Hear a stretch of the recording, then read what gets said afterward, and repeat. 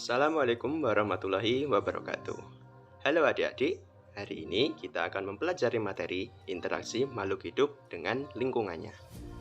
Tuhan telah menciptakan alam semesta beserta makhluknya dengan sangat lengkap dan beragam.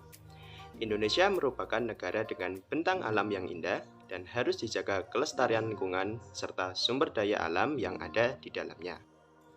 Hari ini kita akan mempelajari tentang konsep lingkungan dan komponen-komponen yang ada di lingkungan.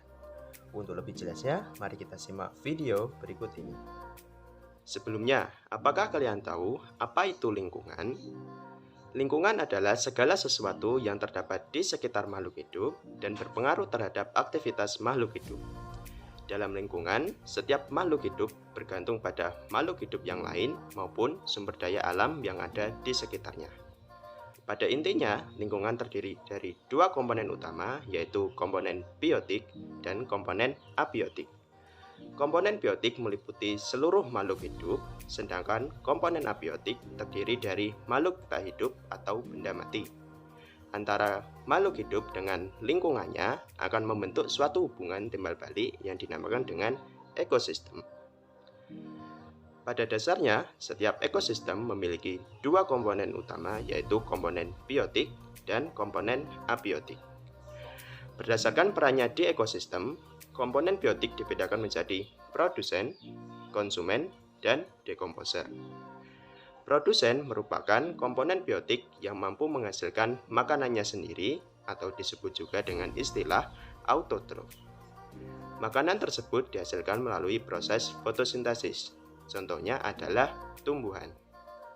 Selanjutnya ada konsumen. Konsumen merupakan komponen biotik yang tidak dapat menghasilkan makanannya sendiri, disebut juga dengan organisme heterotrof. Nah, hewan dan manusia termasuk ke dalam konsumen atau organisme heterotrof. Konsumen dibedakan menjadi tiga jenis berdasarkan sumber makanannya. Pertama ada herbivora, yang merupakan organisme pemakan tumbuhan. Kemudian ada karnivora, yaitu organisme pemakan daging. Dan ada omnivora, yaitu organisme pemakan segalanya, baik daging maupun tumbuhan. Nah, kemudian ada pengurai atau dekomposer, yaitu organisme yang menguraikan sisa-sisa zat organik yang ada pada makhluk hidup lain yang telah mati dan dikembalikan ke lingkungannya semula. Contohnya adalah bakteri dan jamur. Sehingga dengan adanya dekomposer ini, keseimbangan ekosistem menjadi terjaga. Nah, itu adalah komponen biotik ekosistem. Untuk komponen abiotik merupakan komponen tidak hidup pada suatu ekosistem. Misalnya suhu, air, kelembapan, cahaya, dan masih banyak lagi. Hal tersebut menjadi dasar untuk mempelajari interaksi antara makhluk hidup dengan lingkungannya yang akan kita pelajari pada materi selanjutnya.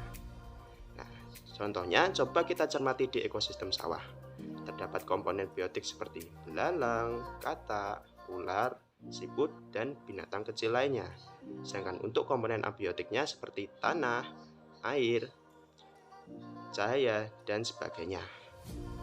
Berikut merupakan penjelasan tentang konsep lingkungan dan komponen-komponen yang ada di dalamnya sebagai dasar untuk mempelajari tentang interaksi makhluk hidup dengan lingkungannya.